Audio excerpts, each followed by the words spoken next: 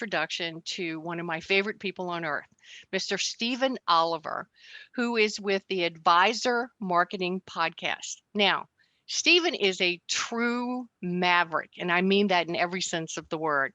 Not only in our business, but I have to tell you, his clients universally love him, and they grow at rates that they wouldn't believe it's possible. Now, on this podcast, in each episode, Stephen is joined by various members of his team or special guests to share insider secrets to rapid growth and high net profits in your financial advisory practice. So I just want you to know you're in for a wild ride, new information, and a lot of exciting new future because of Stephen Oliver. So are you guys making some headway on rounding up clients and putting revenue on the books, I hope? Well, I'm busy collecting new money from existing clients, so that's nice. Yeah. And in a way, it's more work, but it's good. It's all good. And then I did put together a preliminary list that I had sent you guys. I had copied the three of you. And it was about 30 people. I went through my cards because you and I talked about that some time ago. I went through just one pile. I have lots of piles of cards, but I went through one pile and picked out the people that will probably remember me from like 3 years ago. So it's like between 2017 and now. And they're mostly just small business owners. They're people that I met in business networking situations mostly, or they were in the same office building I was, or something like that. And but then what came to mind is I really need to decide what to say on my business card because I don't have one. And then I was talking with Mindi yesterday about setting up a what do you call it? What did we call it? A landing page.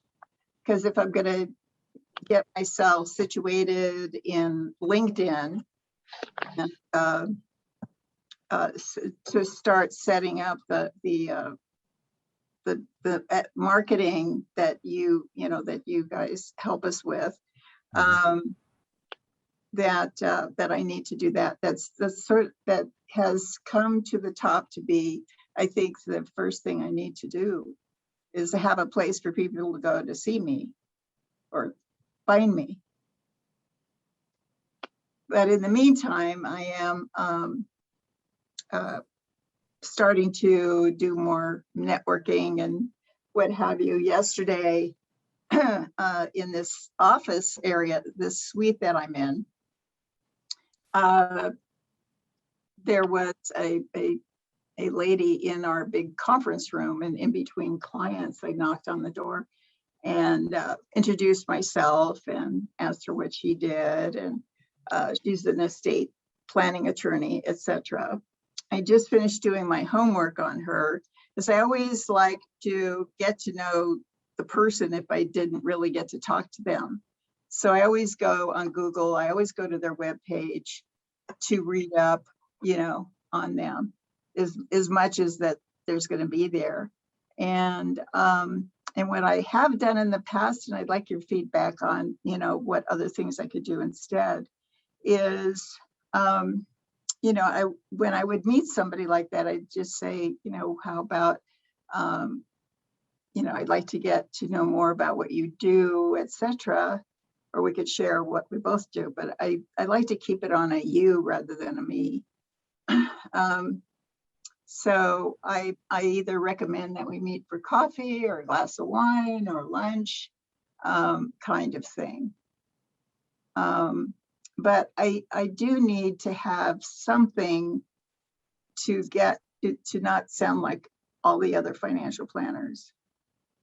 I mean, something to get her attention because I don't have a place where she could go to see who I am.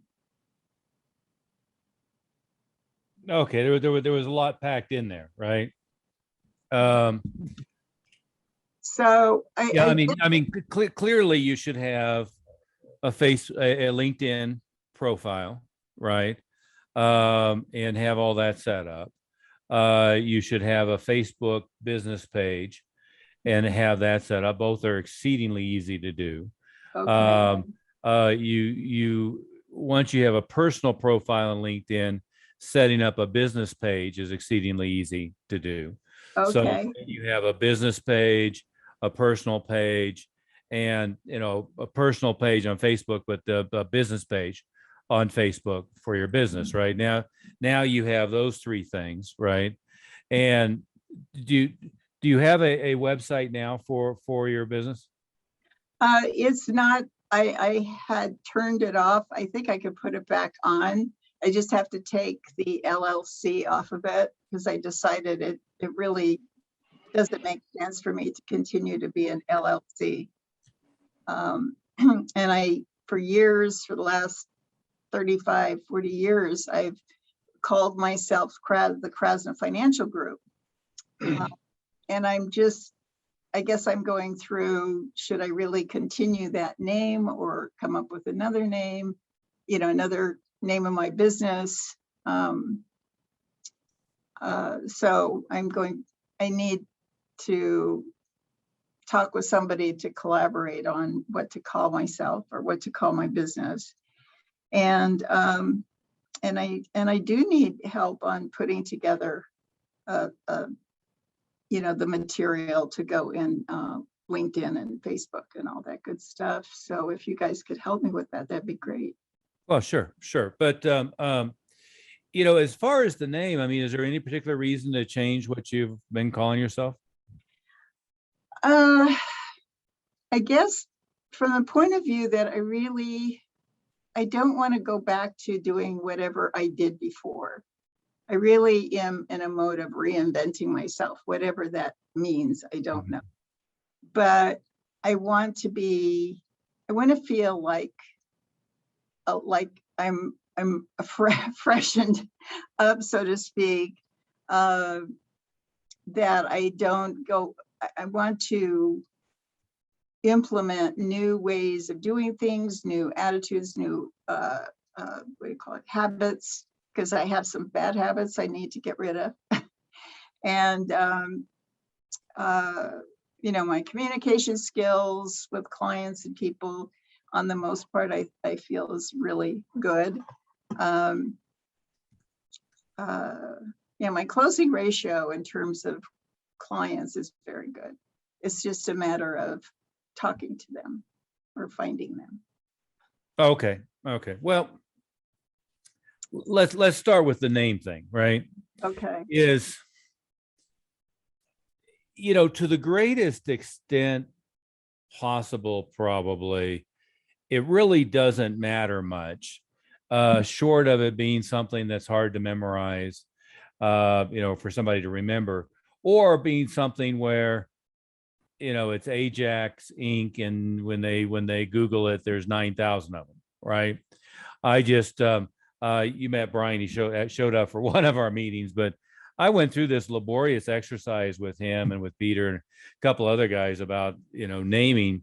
And I kept saying, why don't you just call it frickin' Mitbo, wealth managers, and they kept coming up with names that like 10,000 other people were using. Oh, And no. it's like, well, okay, well, yeah, but if you Google if they Google you want them to find you, not find, four or five others. And they ended up with Axios Wealth Advisors or something like that, which, fine. I don't know what it means. I don't care what it means. There's some logic of what it means. And my only complaint was there's still four of them, right? So they can be looking for you and find somebody else. So to some extent, I think it's something we tend to put an awful lot of thinking and analysis and look for somebody who's an expert to tell, and it doesn't make all that much difference, right? I guess the energy that I present is the more important than the name. I mean, I have renamed myself with FINRA on my RIA. So Yeah. I used to be Krasno Financial Group, my registered investment advisory name, but I changed it this last year when I got rid of the broker dealer and just made it Suzanne Krasno. Yeah. So I've got a quick idea for you, Suzanne. What about, because what I hear, partly what you're saying is that you're thinking about a different name because you want a different way you do business. Keep Well, the that- same name, but do a tagline that's unique to what you're doing now. Well, I have a tagline. That's good. Thank you. Yes, I do have a tagline, and that is longevity life planning. I don't know if that's exciting or not, but that has been a tagline for me for a couple of years. And it is in style or vogue or whatever.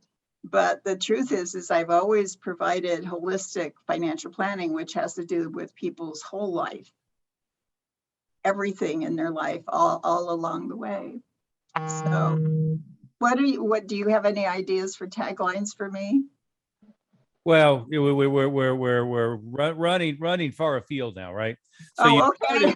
You started with, you were talking to somebody and yeah. and are looking for a methodology to move them forward, right? And Okay. and you said the problem was that you didn't have a website or a someplace to send them. Yes, and I don't have a brochure or anything that, what I used to hand out years ago was just a biography I would send to people and maybe a list of what I did. Yeah. And that was it. Right. And you were trying to accomplish what? I want to establish a professional relationship with her. Mm-hmm.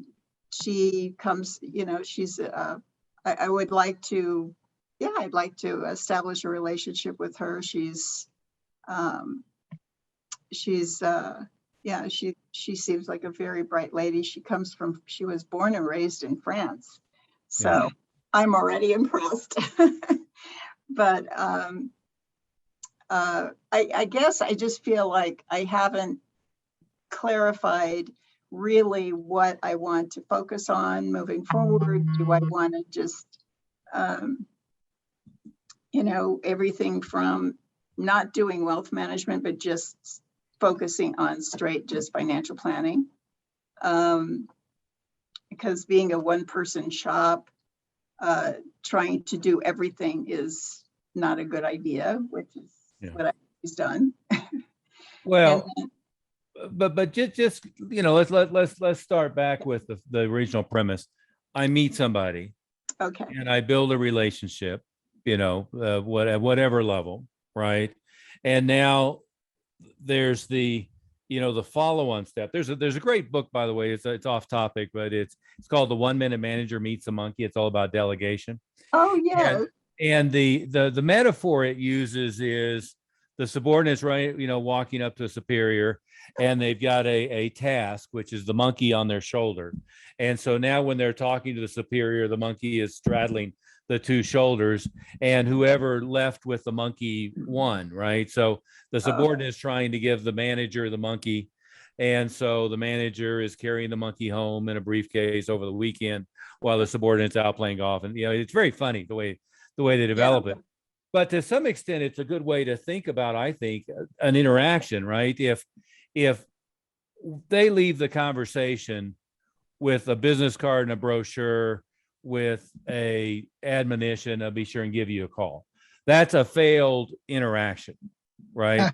What I want with the interaction, just like the monkey, is I want to leave with all of their information, and preferably with an appointment as a follow-up, right?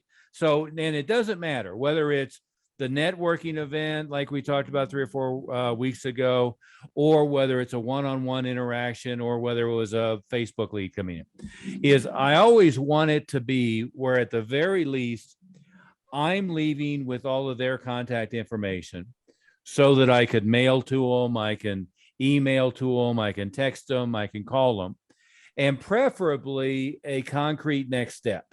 right? Yeah. So what most business owners do is they leave the interaction with, here's my business card, give me a holler if you need whatever. And in the reality, I had asked her for her card. Yeah. So, Right. So, it's nice to have business cards. What's the value overall of a business card? It's really, a dime more than the paper was printed on. I mean, it's not very, very useful or helpful, right? Other than maybe you're at an event and you're collecting everybody's cards, but you're collecting them not for the stack that you have. You're collecting them to put them in a direct mail campaign, to put somebody on the phone to follow them up, to have a next action step. right. And so, the ideal would be perhaps you end up with a short book or some other physical thing that they can leave with, but you also want the interaction to finish with, let me get your information. Let's follow up on Tuesday. I'd be happy to meet at your office if you want, or whatever it is. But you want the interaction to leave with a concrete action step. Okay. Right? I didn't have any concrete. Well, her client had gone down the hall to the ladies' room. So it was really a very quick. I didn't want to take up her time unnecessarily. Right. I just wanted to say hi. Basically. Yeah, you're hijacking somebody else's client, trying to pitch them your thing. No, I wasn't. Well, that's fine. I mean, I'm completely in favor of it, right? I mean, that's the situation. Well, she's an attorney, but she could refer the clients to me. Thank you very much. No, I'm not saying you were, stealing. I know. Comparable, but just psychologically, right? Now, if they leave and they have some interest in working with you, all human beings nowadays are going to Google you, right? Yeah, so, like I did her. Yeah. So now it's important that, one, that you're not a ghost, right? Right. But two is that what they find is congruent with what they're expecting, and that they find, valuable and useful stuff, right? So that's where, and it's fairly easy to be like everywhere nowadays, right? So you can have your own little YouTube channel.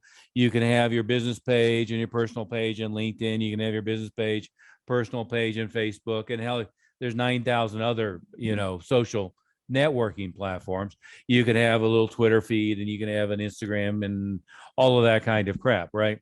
But what's ultimately would be important is to have a Google business page and to start getting your current clients to give you reviews on it, because the more 5-star reviews you have, the better. And, that's been kind of verboten in the past with, financial planning, but the rules are changing. But there's no way that FINRA or any of those guys can control people go review you online, nor be upset about it.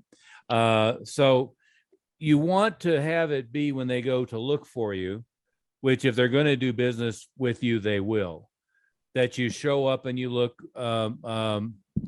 credible on LinkedIn, and you show up and you look credible on Facebook, and you show up and you look credible on the Google local, Google business page at the very least.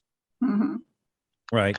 And all of that is, an hour or two of just making sure that stuff is set up appropriately. So I'd like to say two things. First of all, I immediately thought, okay, I need to either email her today and say it was great meeting you. Hope you've had a great whatever with your client. Yeah. And then today I was planning on just sending her a thank you note. Thank you for, for the whatever. And thank you for talking to me for 2 minutes. The rest right. And so then I don't know what to put out there. Just say, I could, how about a meet for a coffee or tea or lunch in sometime in the near future? I don't know. I mean, that's what I would ordinarily do. I'd like to get to know you better. How about getting together for lunch or coffee? Did she express interest in your services? No, because we had like literally maybe 3 minutes. Okay. Well, So I'm going to come from the point of view that when, if we had more than 3 minutes to talk, she would, be, I guess, I would like to think she would be interested in knowing more about what I do. Yeah, I mean, let's assume it's better to assume the positive than the negative. It's better to assume that they're a prospective client and be proven wrong than it is to assume they're not and be proven right. Right. So, I have these little cards, and one of the things I did for Peter Harnish is we got a picture of him mountain biking in the mountains, or I forget what picture it ended up using. It was funny. He sent me one picture. I said, I want the one that doesn't look like you were embalmed 10 years ago, that's on Northwest Mutual site, because they all have these stupid headshots, and they look like they're dead posing for the thing. And if you looked at 100 of them, they all look alike, right? So he sent me one mountain biking and one doing something else, but there was one. It's Lee Milt here, and I'm delighted to interrupt you today and let you know that I've been working with Stephen Oliver for 10 or 15 years now. He's a great guy. I love all the research that he does. And I just wanted to let you know that if you're enjoying the content on this podcast, then you really want to make time to visit advisorwealthmastery.com. And why should you do that? Well, because you're going to receive 2 of his great books, and actually one of mine called Success is an Inside Job. You'll also get a lot of absolutely free material on growing your practice through effective marketing. So again, take the time to go to advisorwealthmastery.com. With his dogs in his backyard. And he wanted to use that one. I said, well, if you could turn the dogs around, because what we've got is Peter and 2 dogs' butts in the picture. You're looking at the rear of the dogs. I said, turn them around so the dogs are looking at the camera, and we'll use the dog one. Something that's just personalized. This is the pulling the hair out, picture. Oh my gosh.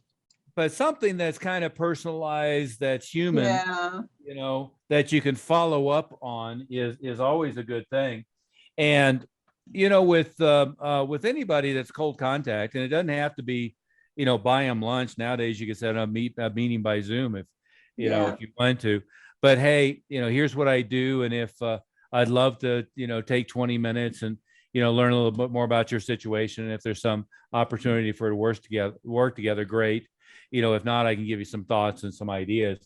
In this particular case, since she's a client of the attorney, I think I might have the attorney. No, that's who I was talking to, was the attorney. Okay. Yeah, I was talking to the attorney herself, because she was making, well, there's a glass wall to the conference room. So when you walk by, you see whoever's in there. And I saw this woman in there, a very attractive Black woman, by the way. And it looked like she was recording something in a book that was like a notary book. Okay. So I don't know, that it just came to my mind, and I knocked on the door, and I opened, because her clients had gone to the ladies' room or whatever. Oh, okay.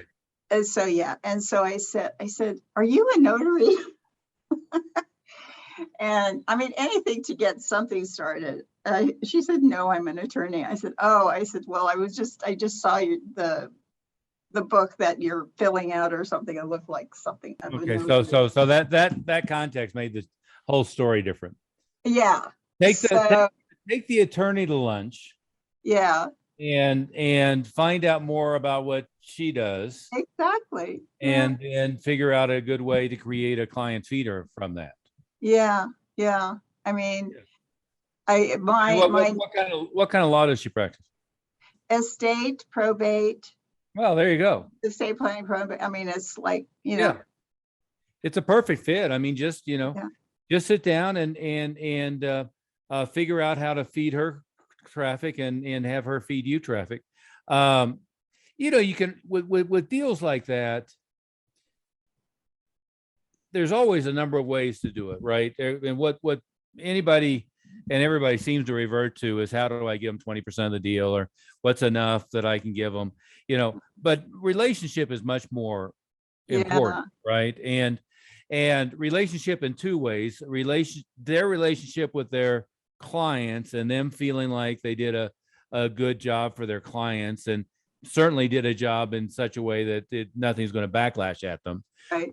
But number two is, when you have those conversations, what almost always happens is they're trying to figure out how you're going to give them business, and you're trying to figure out how they're going to give you business.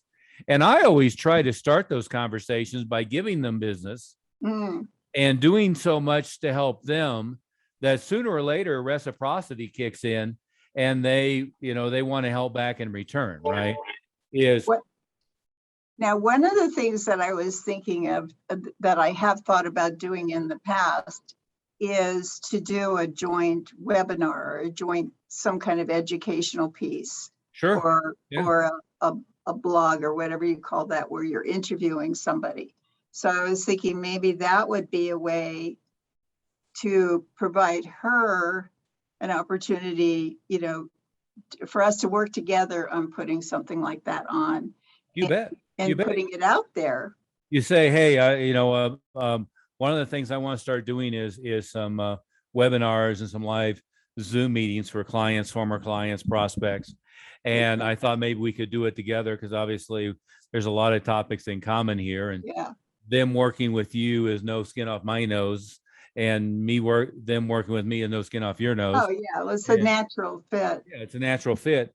So why don't we schedule something if you're amenable to it, and we can work together on an outline, and then I can interview you, or you can interview me back and forth, and we'll just do something like that.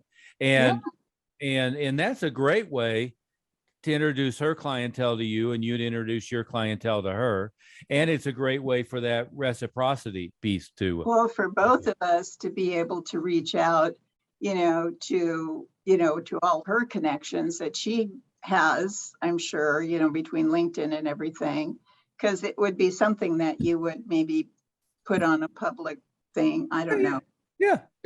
So it would be a win-win-win for both of us to be able to put ourselves out there. You bet. And structurally, the way you do those type of things, I mean, outside of your own clientele, I mean, you can do it with your clientele as well. Right. Create what's called a landing page. So you create a registration page. Mindi, that's a perfect one for just using Eventbrite. But you could use Eventbrite, or you could use a lead pages, landing page, or whatever. But you just have a place where people go and register. If you did it via Zoom, Zoom creates a page for you. So I didn't know that. Oh yeah. As long as you have the webinar package, it'll create a webinar registration page, so people register. Then it'll send them a reminder. It'll send them a link. It'll give them access. When you do something like that, by the way, short of it being 1,000 people, which you're not going to get, but in small groups, I always prefer it to be interactive like this, because you're much more likely to move them forward into action if you can say, and welcome Mary, welcome Jim, great to have you here. And by the way, any questions you have, feel free to just jump in at any time. And right, you get an interactiveness going, and also let you move them to the next step more easily. So what I'm hearing you say is that maybe it's better that we invite people that we know, be it clients, be it prospects, be it other professionals, or be it people that we are connected to, rather than just the whole universe. Well, I mean, there's levels, right? So, one level is it's easy for her, it's easy for you to email, to mail, to call former clients, current clients, prospective clients, right? Got it. So that's a database that's easy to work with. Right. Okay. And then, again, you want to think about how the topic is phrased to make it, somewhat sexy. It's easy to promote those things via Facebook, LinkedIn, direct mail, etc., to broader list, right? Mhm.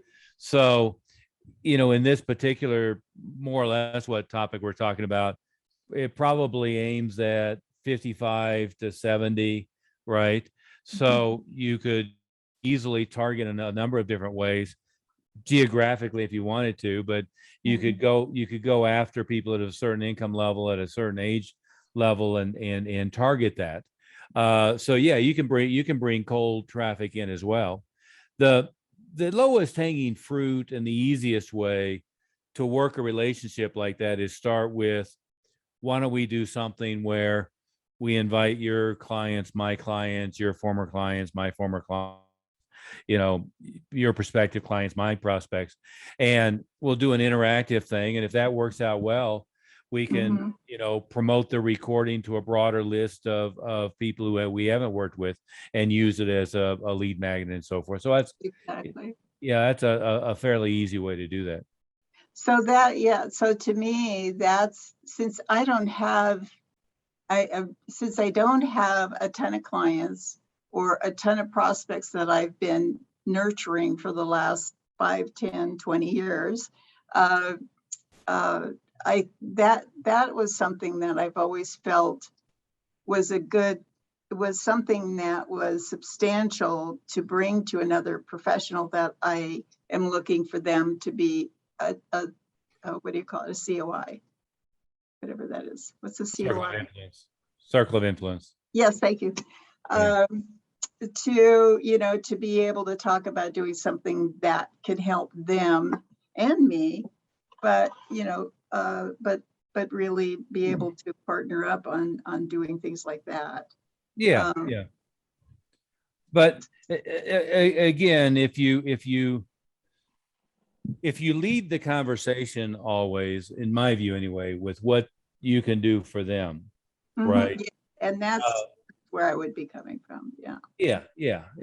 But again, it can be very fruitful. I mean, CPAs, estate planning attorneys, and so forth can be very fruitful. Now, the vast majority of them suck at pitching their own thing, right? They don't really have a good sales process in place. So if you then expected them to be good at, referring people who are prepped to you, it's a hopeless cause in most cases, because they're not even good at selling their own stuff, much less your stuff, right? Nor are they very incentivized for it. But there's a number of ways to get it to work well, right? Is one way is what you're talking about, is, you do a meeting together, you give them the tools to promote it to their list, you promote it to their list. The what's in it for them is they're getting they're getting in front of your people. What's in it for you is you're getting in front of their people, right? And they're presenting it as a service to their current clients. Another way to go about that is to have pass along tools that they have utilization for, right? So again, it's the value of a book, a report, the recording of this event. I mean, if you do this, then you can burn it to DVD, and they can have a DVD that they can hand out to people. They can have a CD they can hand out to people. They could have the transcript as a report. So they could have a little package. I mean, you could do a nice little envelope. And by the way, here's some really good basic information on the planning process and so forth that they can hand to their clients. You see, all these things can be utilized in a variety of ways. Yeah. And again, I mean, you get your feet wet with this one. Heck, you could do a mailing to every estate planning attorney in California if you wanted, or whatever region you wanted to do, and essentially do the same thing with all of them. To some extent, they're going to work with you based upon you giving them help generating clients, or based upon you're giving them money. But really, the motivation is going to be they have somebody they trust that they can refer their clientele to, that they're not afraid to blow back on them. Right. The other thing is now, what is the difference between that and a podcast? Because there's an attorney in this area. She has become very famous in that she started doing podcasts where she would interview different professionals. She'd interview a CPA, I mean, all the obvious people, but, other, outside the box kind of people, makes it more interesting. Sure. So what is the difference between that and a podcast? Well, I mean, the difference between doing a live meeting and a podcast, the podcast is on demand, right? Meaning? Simple. Oh, okay. Well, meaning that how's the most direct way to explain this is you have a lot of different places that you can post content out on the internet, right? And a podcast is like a radio show, but it's on demand. And in fact, one of the, some of the top podcast hosts are Spotify, which is, known for on-demand music, and iHeartRadio, which is known for, on-demand radio shows, and a lot of it is music, right?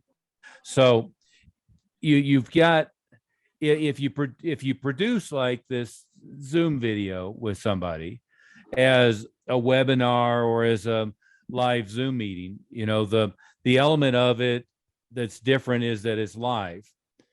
But then once you do it, you have the recording, right? And you could do a live meeting and at the same time broadcast it live on YouTube or Facebook. But then you have a recording that then you can, create a podcast, which you would want to create it like it was a regular program like she did. So you can then post it out to all the directory sites. Mindi, we just went through this exercise. The top ones are Apple, Spotify, Google, Amazon, iHeartRadio. Who else? Hang on. I have my tab open with all of them here. Let's see. Apple, iHeart, Spotify, Castbox, Google, Amazon, and Stitcher.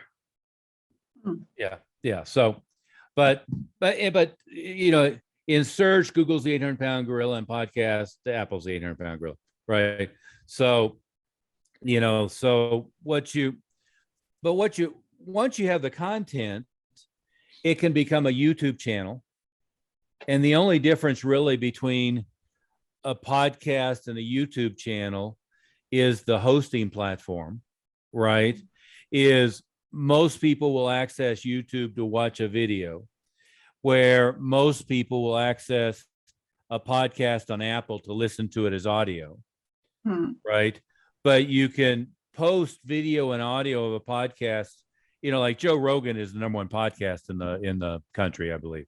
And he posts them all, until recently he did an exclusive with Spotify, but he posted on YouTube and it was on Spotify and it was everywhere else. And it's up there as video for anybody who wants to watch it on video, and it's up there as audio for anybody who wants to access it as audio. Right. So, what you're talking about though is it's a long-term process to build a following. Yeah. And it's something that you have to do an awful lot of promotion to get it, but it's a, if you will, hopefully viral online way of building a relationship with an audience that might have some value with it, right? So what Paul's been doing with the contractors, it's a real natural there, because he could build a podcast for contractors on on developing their business and on creating a high net and a high net worth from their deal, and it becomes a natural. and then it could be just him talking, or you can have guests, or you can.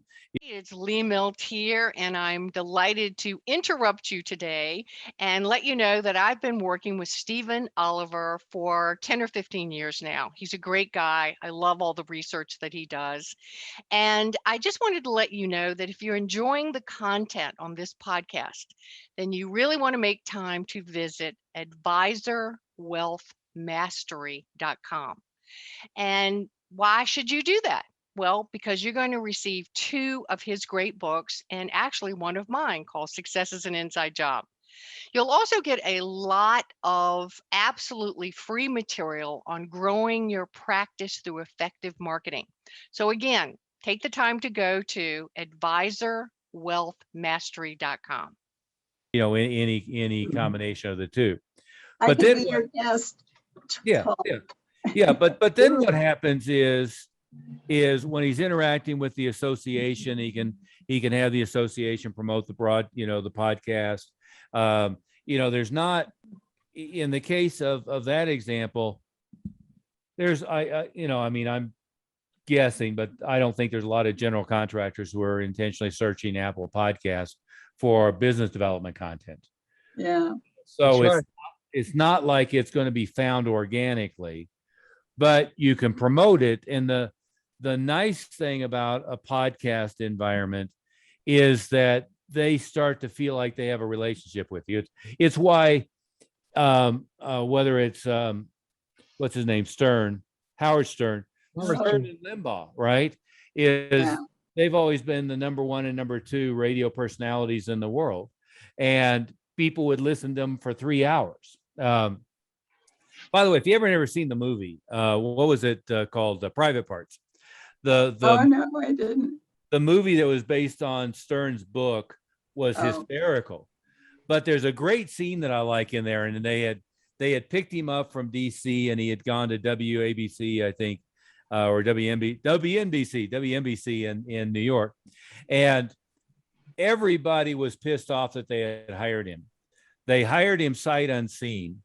And his claim to fame beforehand was when Air Florida crashed into the 14th Street Bridge. He had called Air Florida and asked how much a one-way ticket was from DC National to the 14th Street Bridge. So they hired him, and all of a sudden he's on the most prestigious radio station in the New York metro market, Howard. And they all hated him, and they were trying to get him not to be Howard. But there's this great line where the ratings have come in, and it's the program director going through with the station manager and so forth, Howard's ratings, who is now the number 1 talk radio host in New York after they were spent, I don't know how much time, but trying to fix him, right? Oh, God, yes. And one of the lines is, well, so, when they were talking about how long people listen and what they respond, on the thing, and there's this great line, which is, well, people who like him, how long do they listen on average? It's like an hour and a half. And okay, well, people who don't like him, how long do they listen on average? Well, this is really an interesting study. They listen for an average of 2.5 hours. And it was literally profanity. Well, he had this audience that was literally waiting for the train wreck, waiting to see what he would say next. What's going to come out of his mouth next, right? And Rush Limbaugh and Howard Stern had a very different audience, but they had a huge audience for the same reason, right? Yeah. Is people built this relationship with them and had this expectation of who it was, because for years, I think until he died, Limbaugh had the number 1 radio audience in the world, and Stern was number 2, and dropped quite a bit when he went exclusively to satellite radio, by the way. But when he was on broadcast, syndicated, he was number 2 to Limbaugh for years. But podcasts are like that, right? Is you can put your personality into it. It's interesting. People will listen to it. If you get them to listen to it, they'll listen to it and feel like they know you and have a relationship with you before they ever contact you. And so it's very useful in that way. And then the other thing that I guess my imagination is going wild. My imagination is going wild. Anyway, I always come up with these phrases, and then afterwards I think, you said that, Suzanne, how embarrassing. Anyway, the other thing that I was thinking about doing is doing like short videos about, a very specific area of financial planning. Mm-hmm. So, maybe talk about, as a financial planner, financial planning is this, this, and this. And one of the parts that people do not think about is protecting their income. And so then I could do a short deal on, without saying it, on disability insurance. And how Mindi, who was it we talked to that was really good at that? He was in retirement area in Georgia, if I remember correctly. He always had the electronic whiteboard behind him, and he had done a ulcer. Do you remember who I'm talking about, Mindi? Yeah. Now that'd be kind of cool for me because I could draw pictures. There you go. I'm blanking on it. Yeah, it'll come to me. But yeah, again, Suzanne, all of that is a strategy if you have a good. I have 4 dogs, and let me see your dogs. Well, let's see. Cooper, come here. Come here. Coop. Come here. Come here. Stand up. Good to see your face. Come on. I'm not going to mess with the camera here. Uh, I've got the black lab and the golden retriever, and oh, I see a tail. we're babysitting that one. Oh, and then you've got a furry Hey, face. Chase. Yeah. Hello. Yeah. Lacey needs the cut. Oh my gosh. Yeah, the rat dog. Lacey, I think that's the fluffiest I've ever seen Lacey. Yeah, she needs to be groomed. Let's put it that way. Yeah. I would just, now if I were at home doing this, my cats would be up on the desk, lying in front of me or standing up in front of the camera stretching. So but Suzanne, what you're talking about there, all of that is great strategy if and only if you do the things to drive traffic and get people to watch it, right? Because really what people want is they want somebody they identify with, that they like, that they relate to. And video, ongoing, on demand, and live are all great platforms for people to feel like they have a relationship with you. Again, take Rush's audience or Limbaugh's audience, right? I mean, Limbaugh, Rush was frat party, but their audience really connected with them, right? I personally can't stand Stern. I'm friends with Chuck Norris, and Chuck Norris is good friends with Stern. I bitched at Chuck about going on his show years ago, and he goes, "Oh no, that's just his persona, and he's really a nice, great guy." I said, "Well, but it's the persona that you're interacting with when you went on the damn show. It's out of sync with with who you are and who you present to be." yeah. So I got a question. Go ahead. So are you good, Suzanne, for right now? For who? Are you good now for your questions so we could segment to me a little bit? Oh, well, yeah. Go ahead, Paul. I thought that this would be also of interest to you too, but yes, take the stage. Sure. Huh? Yeah, so yeah, definitely. I learned from every bit of coaching everyone gets. So Stefan stepped up. So I'm one here. I thing- just didn't want the background conversation bothering me. Okay. So just to reiterate, Stephen, I hired my wife to be my ghostwriter for the book. So we've met 3 times and we're kind of moving along. Now, I heard a story over the weekend and I was thinking about putting it into my book. Part of what I'm coaching contractors on is the mindset You bet. of wealth. And I have one chapter, which is how and actually I do this throughout the book, how a broke contractor thinks versus the millionaire contractor. Yeah. Rich man, poor man kind of concept. Yeah. Rich dad, poor dad. Rich dad, poor dad. So we heard a story where one of the kids we ran into works at this bike shop that just opened right in the beginning of COVID. Now they couldn't get bike parts for any of the mid or lower end bikes. So the guy said, we're going to try and only sell high end bikes. So they started selling these $30,000 bikes, $1,000 bike shoes. And within 4 or 5 months, they are netting, after covering all their expenses, $100,000 a month. Wow. Yeah. And I thought, this is a great story to put into my book of the mindset of, and it could be, and again, this is the first book, which will be for contractors, but the next one will be for entrepreneurs. Yeah. No, I think that's exactly right. And what 99% of them would have been is just sitting there stewing in their own juices. And this guy decides it's his opportunity to go upscale.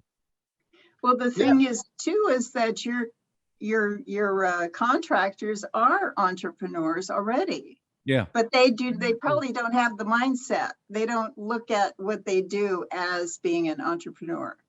Well, No. I think the more successful ones do, Suzanne, but I think that the stuck ones, the broke ones don't. Okay. Yeah. No, that's exactly right. Well, it's true. It's the old 80-20 rule, no matter what. Yeah. If you look at most small businesses, they don't view themselves as entrepreneurs. They just view themselves as, it's kind of like having a job where they clock in at 9, clock out at 5, and then they figure out how to maximize it. Working in the franchise industry it's people want to move from middle management in a corporate world to managing their own Subway shop or their own, hair salon or whatever it is. But really what they want to do is somebody to tell them what to do. And they want to more or less match the income they were making. So they'll pay $150,000 to buy a job where they make essentially the same income, but they're self-employed, which means they work then 60, 80 hours a week rather than 40 hours a week. Yep. Yeah. So then the other thing that I've been doing, which Mindi and Greg knows, I've been really practicing the giftology principles, and I track that with my different clients. So now I have 6 different clients and vendors that I've been giving gifts that they don't expect, and people love these gifts. Oh yeah. My goodness. And I get so much joy out of doing this too. Oh yeah, it's so unexpected. Hey guys, I'm going to have to jump to another meeting here. Both of you. So Suzanne, any of the stuff that you're emailing, put it in the Facebook group. Get used to that. And I did about an hour conversation with Travis Lee this morning about what's called 3D mail, about using dimensional mail, which ties in perfectly to what you're doing already, Paul. Oh. It's not so much gifts, but it's kitschy, dimensional stuff to get their attention. But are you going to post that in the Facebook group, that interview? Already did. Good. Yeah. Okay. So, and that's why I was saying that, is that's in the Facebook group. Be sure and pull that out and take a look at it. And Paul, we kind of monopolized time on some of this other stuff, all of it valuable, but there's a lot of good ideas there, Paul, for you to do for the contractors, as long as there's a mechanism for getting them to go pay attention to it. Yeah. No, good. Okay. I'll talk to you guys in a bit. Turn them over to you. Thank you. Okay. Thank you.